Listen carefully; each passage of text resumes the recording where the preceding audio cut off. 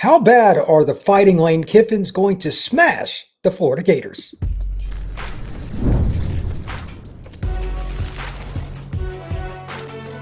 You are Locked On College Crossover, part of the Locked On Podcast Network. Your team every day. Crossover of Locked On the Portal and Locked On Ole Miss. I'm your host, Brian Smith, longtime college football recruiting analyst. Thank you for making each of Locked On Ole Miss and Locked On the Portal a part of your day each and every day, right here on the number one sports broadcasting network. The Portal podcast is a part of, and I'm proud to be a part of it. That's Locked On. We are really happy you're here to see everything. We're going to be talking about transfer portal retention. We're going to be talking about Ole Miss.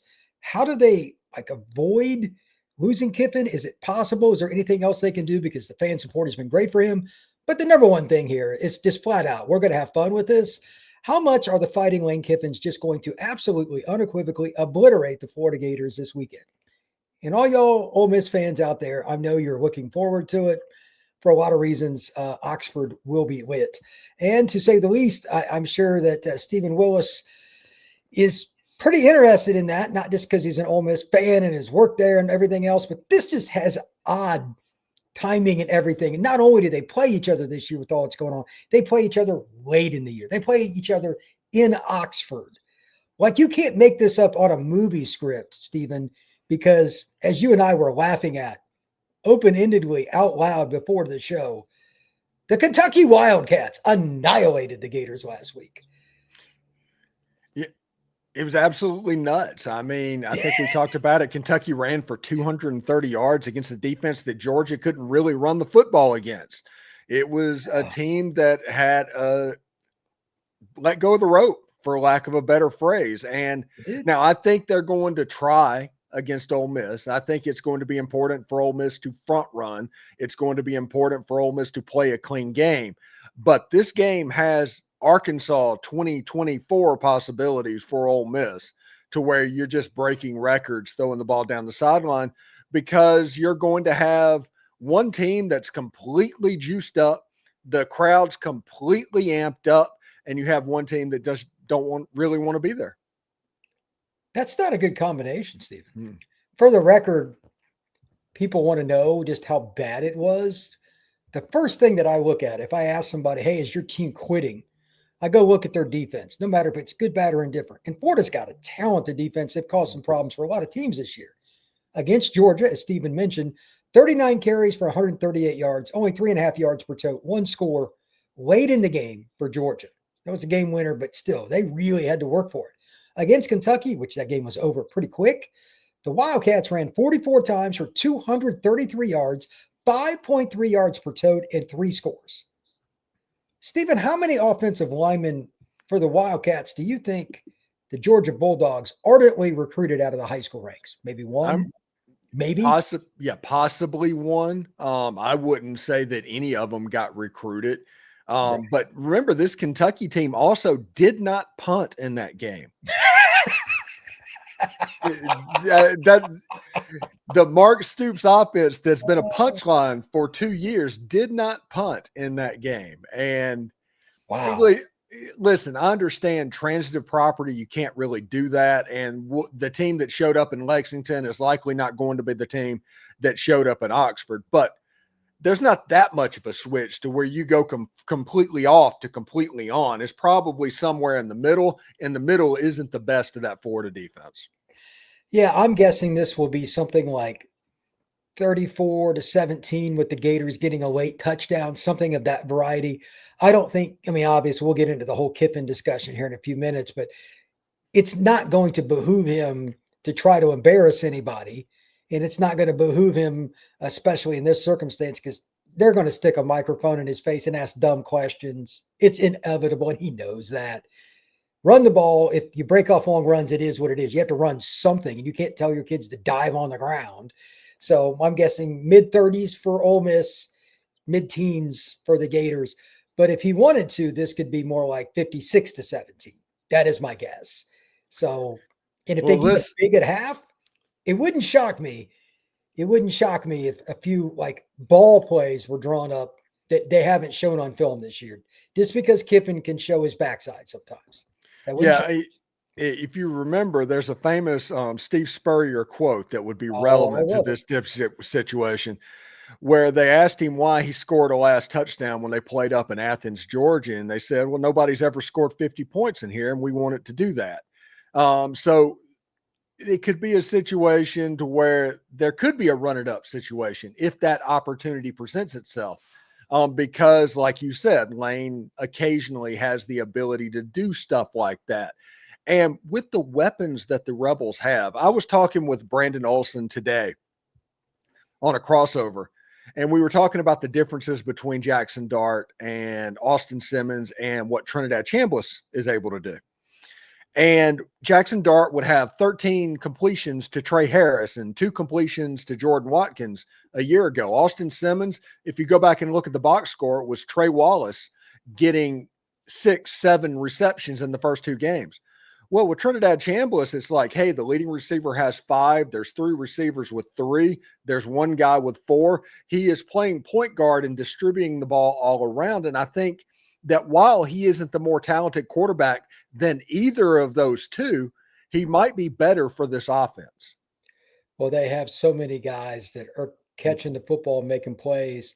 It's ironic. Harrison Wallace III leads the team with 36 catches. That's how consistent it is.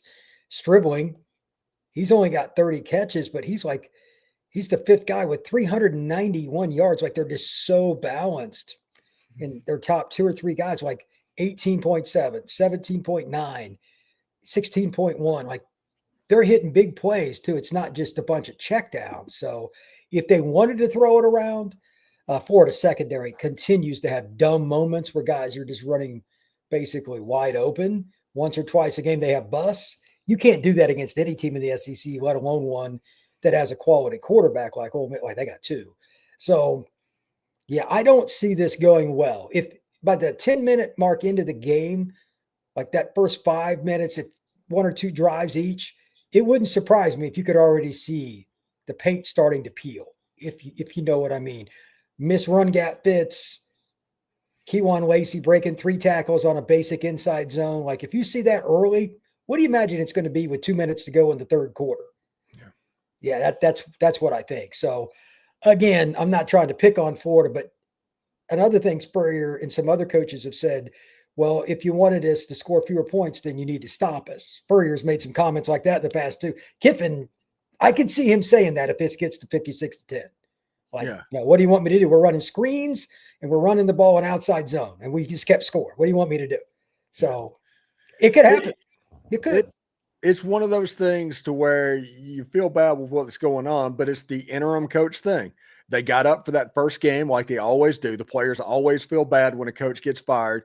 But then if you don't win that game, all of a sudden the Q word starts to appear. And if you look at the availability report, I'm really interested to see exactly who is going to be available. I know both of the Wilsons are out for the Florida Gators. It's basically stop Jaden Baugh and let DJ Lagway throw the ball to you. That seems to be the defensive game plan.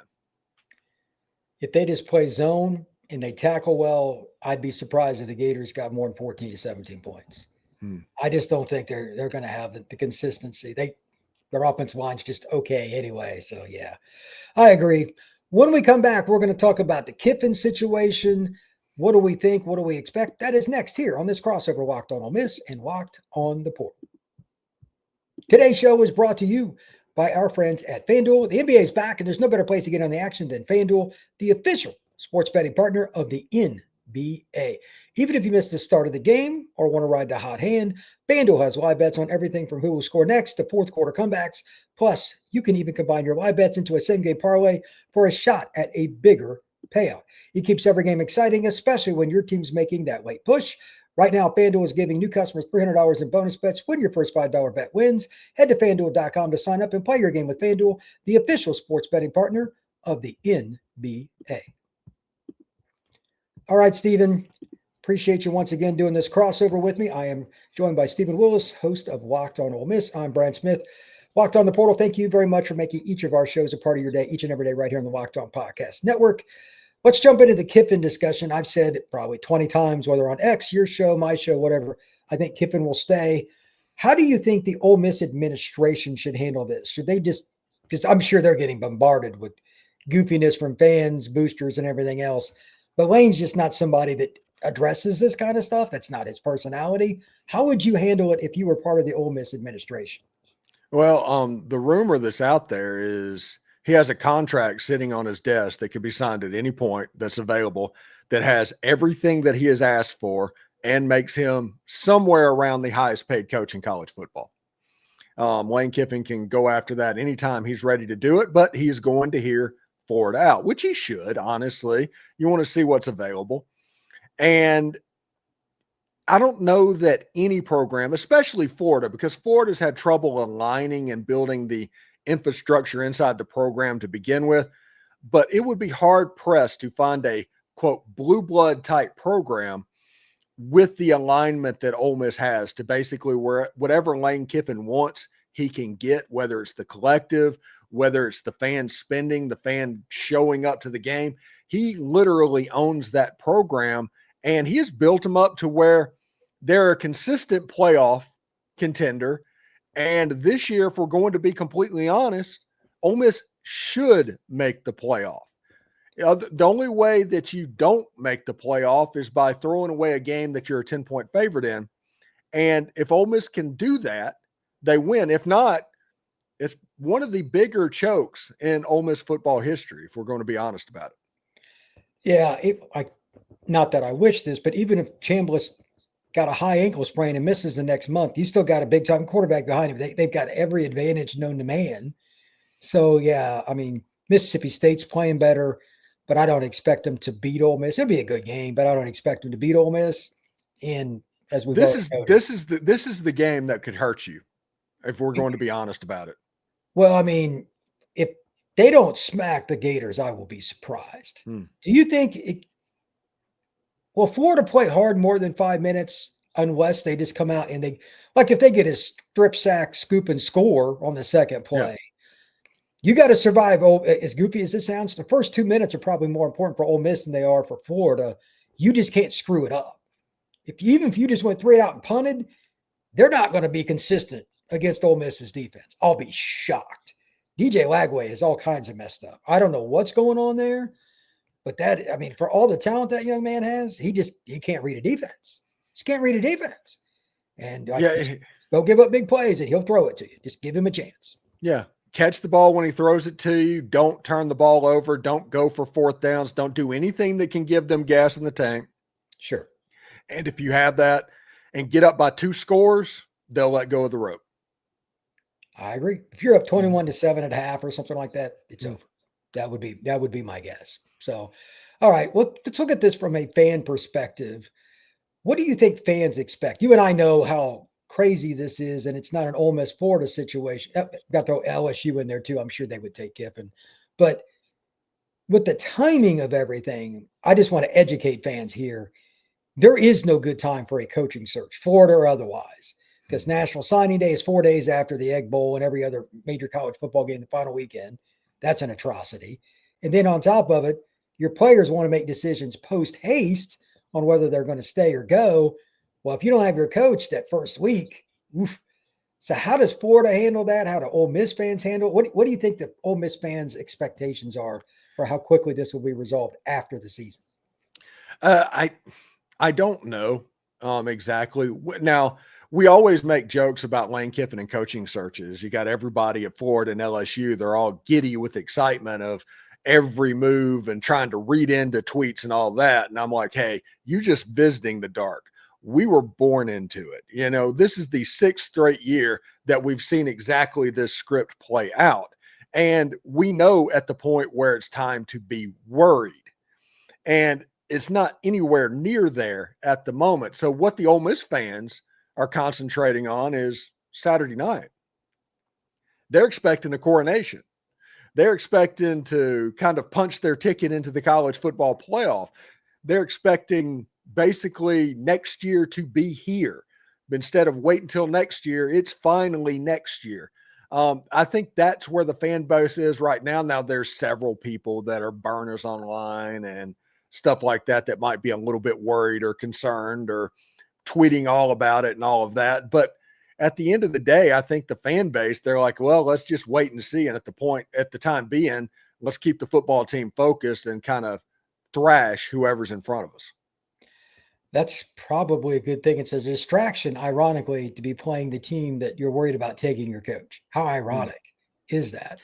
Yeah, the problem with that is if Ole Miss's fans have the opportunity Saturday night to take out some frustration.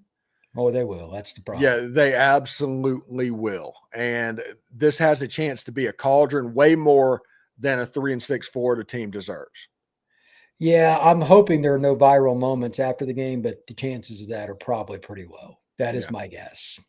So, note to Ole Miss fans near the edge of the stadium seat, like where the entrance and stuff are, don't be that guy. Don't do it. Don't do it. I don't care how many beers you had. That's not an excuse. Don't be the guy that goes viral for the wrong reasons. So, Kiffin's got enough to deal with. He doesn't need to. And speaking of going viral, last year in the Ole Miss Florida game was the Princely Amon Mielen going crazy in Gainesville. I don't remember what it was. Like he went up into the stadium or something like that. Oh boy. Yeah. So don't think that Prince Will isn't ready and geared up for this going on, because Princely did that because he was getting abused and stuff like that, and all that was going on. So I would imagine that Prince Will might have a pretty decent day against the Gators. There you go. There you go. One last question on the Kiffin front before we transition after the break to talk some portal. With Kiffin having the opportunity to kind of, like, as you said, get the coronation and everything, like they win this game, it's all but done to go to the playoff. Is there anybody that you think that he's trying to get, I don't care if it's offense or defense, to get more involved this week, or anybody else coming off injury or anything else where we're just trying to get our team ready? Like, because he's a Saban disciple now. Saban always talked about, it's not the opponent. Did you get better in this game? Is there anybody that needs to get back on track, or somebody coming off injury or anything? They've been pretty healthy, honestly. It's been getting the front seven and ramping them up, and they've been better the last 3 weeks. They're getting better and better and better. Will Eccles and Cam Franklin and those guys, because whenever they start going, you have 3 Mississippi homegrown 5-stars starting on the defensive line, and they're young guys. This Ole Miss team, I said, is going to go as far as that front seven will take them. I think the growth of Andrew Jones is a big growth for the Ole Miss defense. He's come on the last couple of weeks. He kind of flashed at the end of the Georgia game, and he started essentially, I think, Oklahoma, South Carolina, and the Citadel. I think that makes TJ Daugherty better. And if they can hold up on the back end of that defense, they're going to be pretty good. But I do think it is just a get better thing. Now, Lane Kiffin, starting to see viral moments of him doing his stuff, talking to the team, where he's referring to him, you can be an elite team. Whenever that starts happening, you probably need to start paying attention. There you go. There you go. On that note, we need to talk about the offseason and portal retention. This is a very unique roster. What position or positions are the Rebels going to need to replace? Let's talk about that next here on this crossover. Today's show is brought to you by our friends at Supply House. When the opening whistle blows on a new repair, get your crew moving forward with Supply House. Order today and get your parts the next day on your doorstep. Over 280,000 plumbing, HVAC, and electrical items from the most trusted brands in the business. Real-time inventory, honest lead times, they help you from staying out in the cold and instead getting everything done when you need, with some pride, while their industry-leading customer service is always right there and keeps your blind side covered. If you need something and you're not sure about it, they've got a part finder tool. They got 3D schematics. They also have a dedicated support line. And again, next day delivery if you need something really fast. Join the Trademaster program today. You can get lower prices, dedicated support line, and more. Supplyhouse.com. Sign up for free and use promo code SHCollege5 for 5% on your first order. That's supplyhouse.com. Real people and real service. All right, Stephen. Every year the portal is important for everybody. Lane Kiffin, let's for the sake of argument, let's assume he's staying, because if he's not, this is all moot. Yeah. Is there any position that you think there's no doubt man, we're going to have to replace 3 guys there, blah, blah. Is it O-line? Is it secondary linebacker? Like, where's the most likely position they're going to have to need not just numbers, but a dude? Like, they're going to have to spend something and fill in the blank. Yeah, I think they're going to need a tackle on the offensive line. Yeah. That's an expensive one there, big dog. Yeah. That's Diego Pounds and Jaden Williams. Both starting tackles are graduating. Now, they recruited the kid out of Louisiana. He's getting some playing time. He's probably going to get on the field, but you probably still want a veteran of what's going on as well. Absolutely.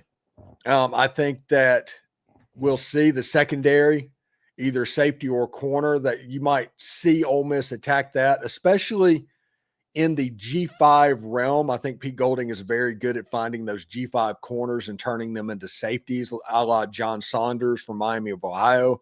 And I think linebacker might be tweaked a little bit, although they are recruiting a lot of young guys out of high school. But I think next year they might try and find a rent a linebacker to put up there as well. Perkins is going to leave, right? Like, there's just no chance. He shouldn't, but you never know.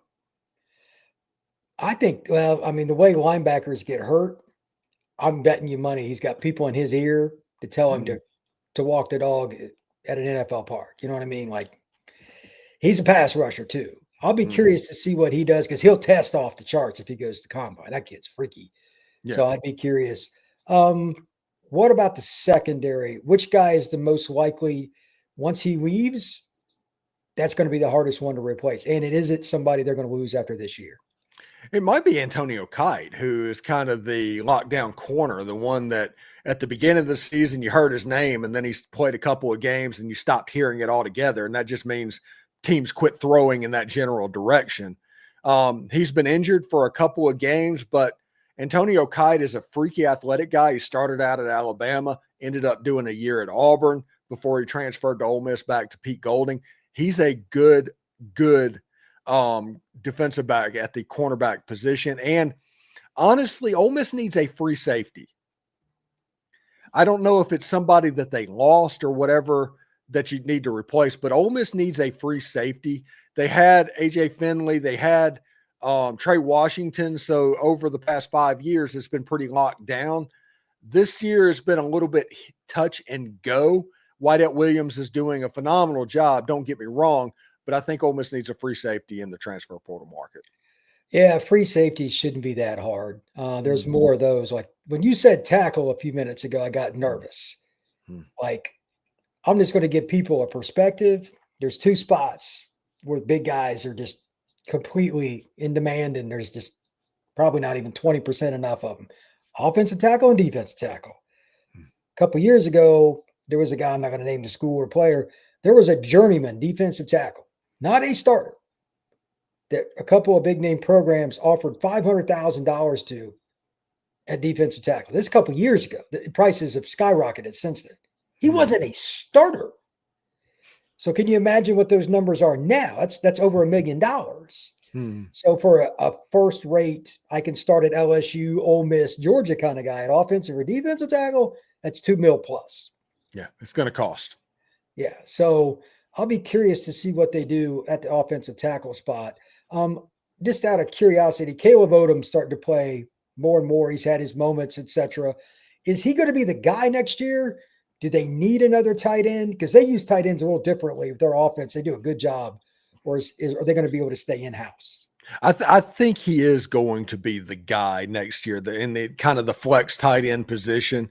And the reason that I think that is against the Citadel, they ran a tight end hide play basically, and Caleb Odom dropped it. It was going to be a walk-in touchdown, just flat out dropped it. The next play, they called the exact same play for a touchdown to where he caught the ball. So they kind of let you know where their head's at.